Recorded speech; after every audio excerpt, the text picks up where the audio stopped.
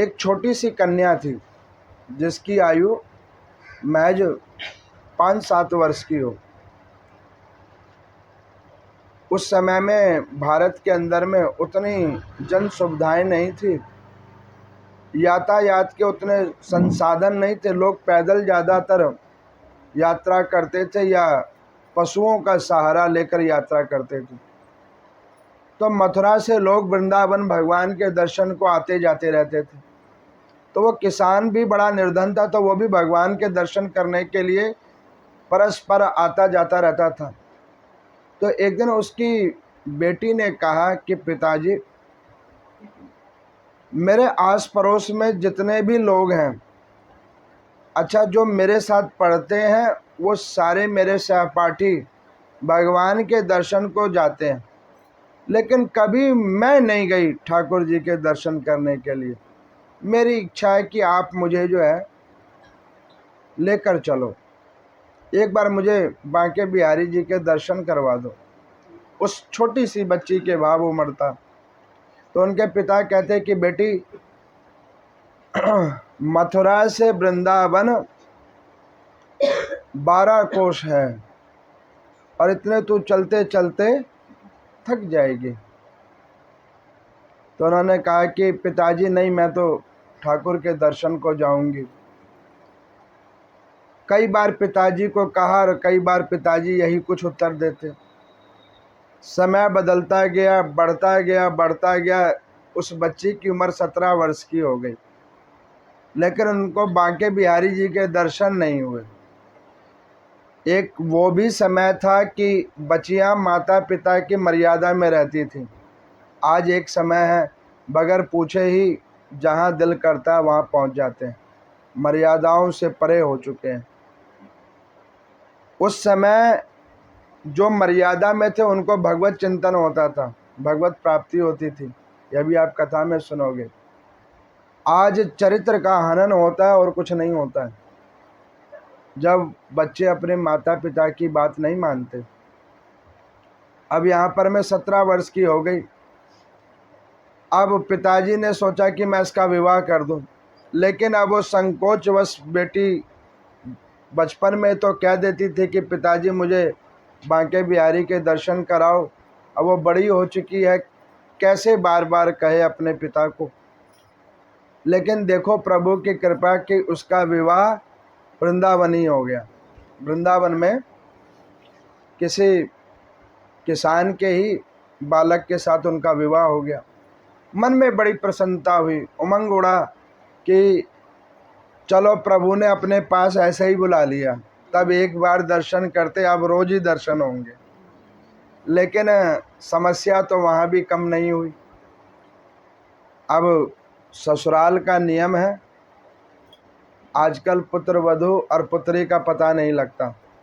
पहले पता कैसे होता था, जिसने घूंघट कर रखा है वो पुत्र वधू है और जो घूंघट के बगैर है वो पुत्री है। अब यही नहीं पता लग रहा होता कि पुत्र वधू कौन है और पुत्री कौन है। अब वो थी वहाँ की पुत्र वधू, तो घर का मर्यादा नियम कि भाई घूंघट करके तुमने बाहर निकलना है। तो उसके पति एक दिन उसको यमुना जी के किनारे ले गए कृषि कार्य के से। तो उसने उसको कहा कि एक काम करो, तुम यहाँ पर रुको, मैं तुम्हें नहा के आता हूँ, क्योंकि आज सुबह से जो धान की कटाई करते करते मैं थक ज़्यादा गया हूँ। तो मेरा मन आ रहा है कि मैं एक बार इसमें यमुना जी में स्नान कर लूँ, फिर हम लोग घर चलते हैं। तो उसने कहा कि सुनो जी, मेरा दिल करता है कि मैं एक बार बांके बिहारी के दर्शन करूं। तो वो उसका जो पति था वो भी बड़ा भोला भाला था। वो कहने लगा कि देख, मैं तेरे को ले तो जाऊं, लेकिन समस्या ये है कि उस चौक चौराहे पे बहुत सारे मेरे बड़े भाई छोटे भाई हैं, तुम्हारे देवर लगेंगे, जेठ लगेंगे, ससुर लगेंगे। अब उनके बीच में से मैं तेरे को कैसे ले जाऊं? और मंदिर के अंदर में भी आधे रिश्तेदार रहते हैं, कोई तुझे देख लेगा, कोई कुछ करेगा। ये थोड़ा सा मुझे अच्छा नहीं लगता, मेरे मन में संकोच होता है। अब ये बात कहा तो उसके मन में एक निराशा उत्पन्न हुई कि देखो पहले पिता की मर्यादा में दर्शन नहीं हुए, अब पति की मर्यादा में दर्शन नहीं हो रहे हैं, लेकिन उसके अंदर में भाव उमड़े कि मैं प्रभु के दर्शन करूं। अब उसका पति ये कहकर वो नदी के स्नान को गया।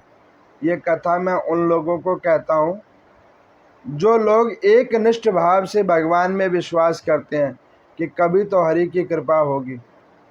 आप विश्वास अपना मत छोड़ो, भगवान के दर्शन अवश्य होंगे। आप अपना विश्वास को अडिग करके रखो। जहाँ पर विश्वास है वहीं पे परमात्मा है।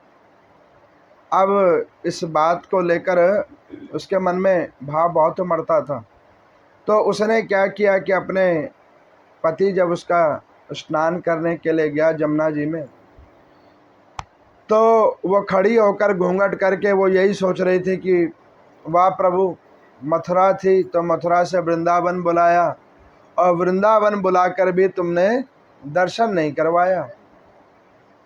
अब वो इतना सोच ही रही थी तो इतने में एक व्यक्ति आया और वो आकर कहे कि मैंने भाभी का मुंह देखना है। अब इसने घूंघट कर रखा है, तो वो आकर कहे कि भाभी तुम अपना मुंह खोलो, हम तो तुम्हारे देवर हैं, हमें अपना मुंह दिखाओ। तो उन्होंने कहा कि देखो तुम्हारे भैया भी जमुना स्नान करने को गए हैं और मैं तुम्हें ऐसे जानती नहीं हूँ, तो मैं ऐसे तुम्हें कैसे अपना मुंह दिखाऊं। अब इस बात को सुनकर जो वो पुरुष था वो मचल कर कहने लगा कि ना, आज तो मैं तेरा मुंह देख के जाऊंगा। भाई तू मेरी भाभी है, मैं मुंह तो जरूर देखूंगा। अब वो बार बार करे करे और जब वो नहीं माना तो उसने क्या किया कि हाल घूंघट उठाया और मुंह देख लिया। अब वो बेचारी गांव की भोली भाली, अब उसने क्या करे, भाई है तो देवर, शिकायत तो कर नहीं सकते।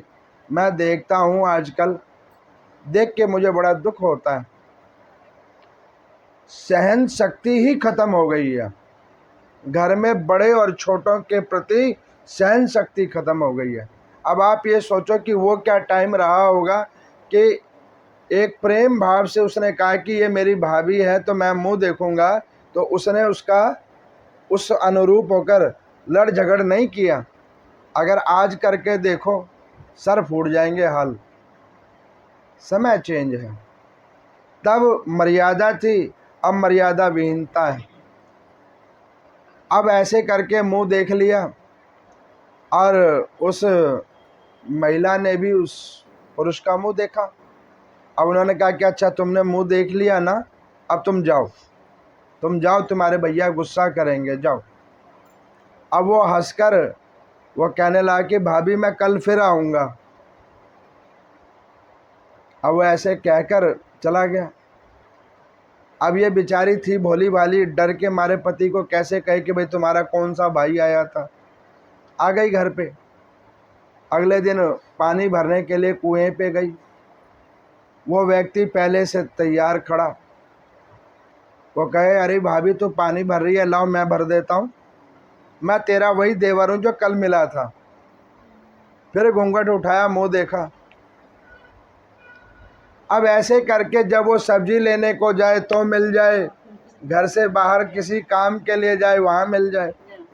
अब वो दुखी हो गई। उसने कहा अपने घर वाले को, सोचा कि आज मैं बता ही दूं कि ये तुम्हारा ऐसा कौन सा भाई है जो रोज़ मुझे रास्ते में मिलकर रोकता है और मुंह देखता है।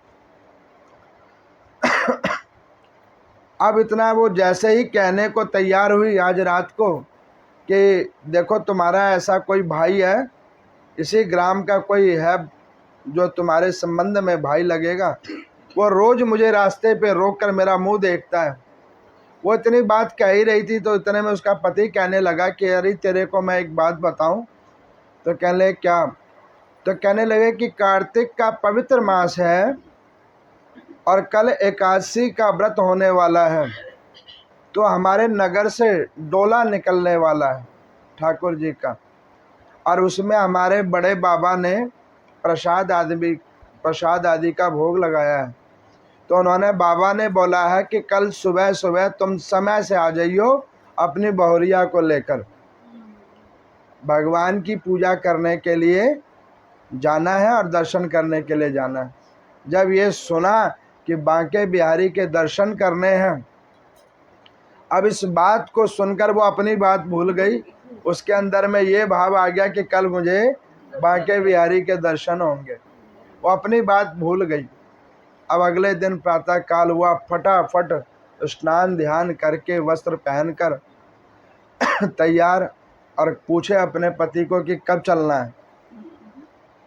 अब पति ने कहा कि अच्छा चलते हैं। फटाफट तैयार होकर जो घर में नैवेद्य भोग आदि प्रसाद बना वो प्रसाद को लेकर पहुंच गई बांके बिहारी जी के मंदिर में। अभी प्रभु का डोला आया ही आया। अब डोला आया, भगवान के मंदिर में पर्दा हुआ पड़ा है, भीड़ लगी हुई है। कोई राधे राधे कह रहा है, कोई जुगल जोड़ी सरकार कह रहा है, कोई कुछ कह रहा है, कोई कुछ कह रहा है। अब वहाँ पे वो देख रही है तो वो पूछ रही है कि भाई इसमें भगवान किधर है। अब देखो आप कितनी भोली वो नारी रही होगी कि जिसको अभी पता ही नहीं लग रहा कि मंदिर में भगवान किधर है।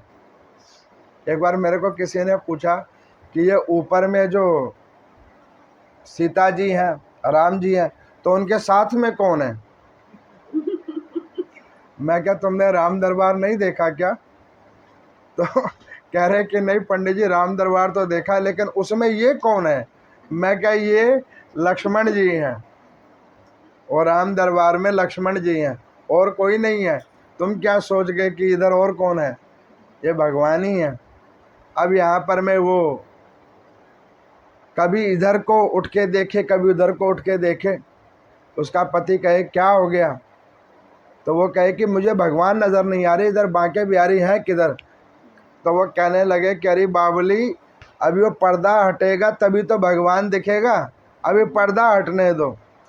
और संत कहते हैं कि भगवान के दर्शन कब होंगे, जब ये अज्ञानता की पर्दा हटेगी। जब तक अज्ञानता का पर्दा नहीं हटेगा तब तक भगवत चिंतन और भगवत प्राप्ति नहीं होगी। अब वो वहाँ पर खड़ी रही।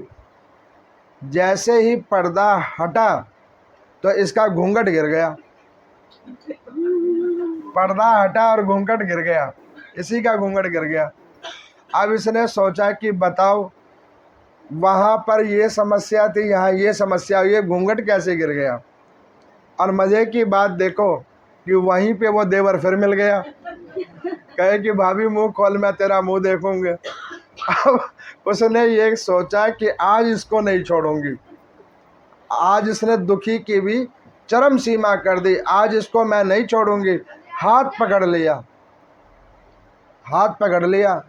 कहने लगे कि रुक, अभी तेरा भाई यहीं है, मैं इसको कंप्लेंट करती हूँ कि तू जो है ना रोज़ जो मुझे रोज़ दुखी करता है, सो बहुत अति दुखी कर दी। यहाँ पे मैं मंदिर में भगवान के दर्शन को आई हूँ, तूने यहाँ भी नहीं छोड़ा, और एक तो उधर पर्दा खुल गया है और इधर तूने मुझे पकड़ रखा है। रुक, आज तेरे को मैं तेरे भाई का अभी मैं बतलाती हूँ। अब वो जैसे ही अपने पति की तरफ मुंह करके कहने लगे कि सुनो जी, इतने में वो हाथ छुड़ा के गायब हो गया। उसके पति ने कहा क्या हो गया। तो उन्होंने कहा कि वो जो तुम्हारा जो वो भाई है, वो जो गांव का जो है, ये नटकटुआ जो भाई है तुम्हारा, जो मुझे हर वक्त दुखी करता है और आकर देखता है, उसने मंदिर में भी मेरा पीछा नहीं छोड़ा है। तो उन्होंने कहा कौन सा भाई, कैसा भाई। अभी सामने देख, पर्दा खुला हुआ है। अब जैसे ही सामने घूंघट उठाकर देखा तो भाई तो वहीं खड़ा है, वो भाई तो वहीं खड़ा है। उन्होंने कहा यही वाला भाई तुम्हारा, इसी ने दुखी कर रखा है। उन्होंने कहा कि तेरे को भगवान के दर्शन हो रहे, यही तो बांके बिहारी हैं, यही बांके बिहारी हैं जो तू उनके दर्शन के लिए घूम रही है, वो रोज़ तुझे दर्शन देने आ रहे हैं। अब आप ये सोचो कि इस दृष्टांत के बाद में क्या स्थिति तो वो किसान की रही होगी और क्या उस महिला की रही होगी कि परमात्मा उसको रोज दर्शन देने के लिए नाना प्रकार का रूप बनाकर आ रहे हैं। तो ये भाव की महिमा है।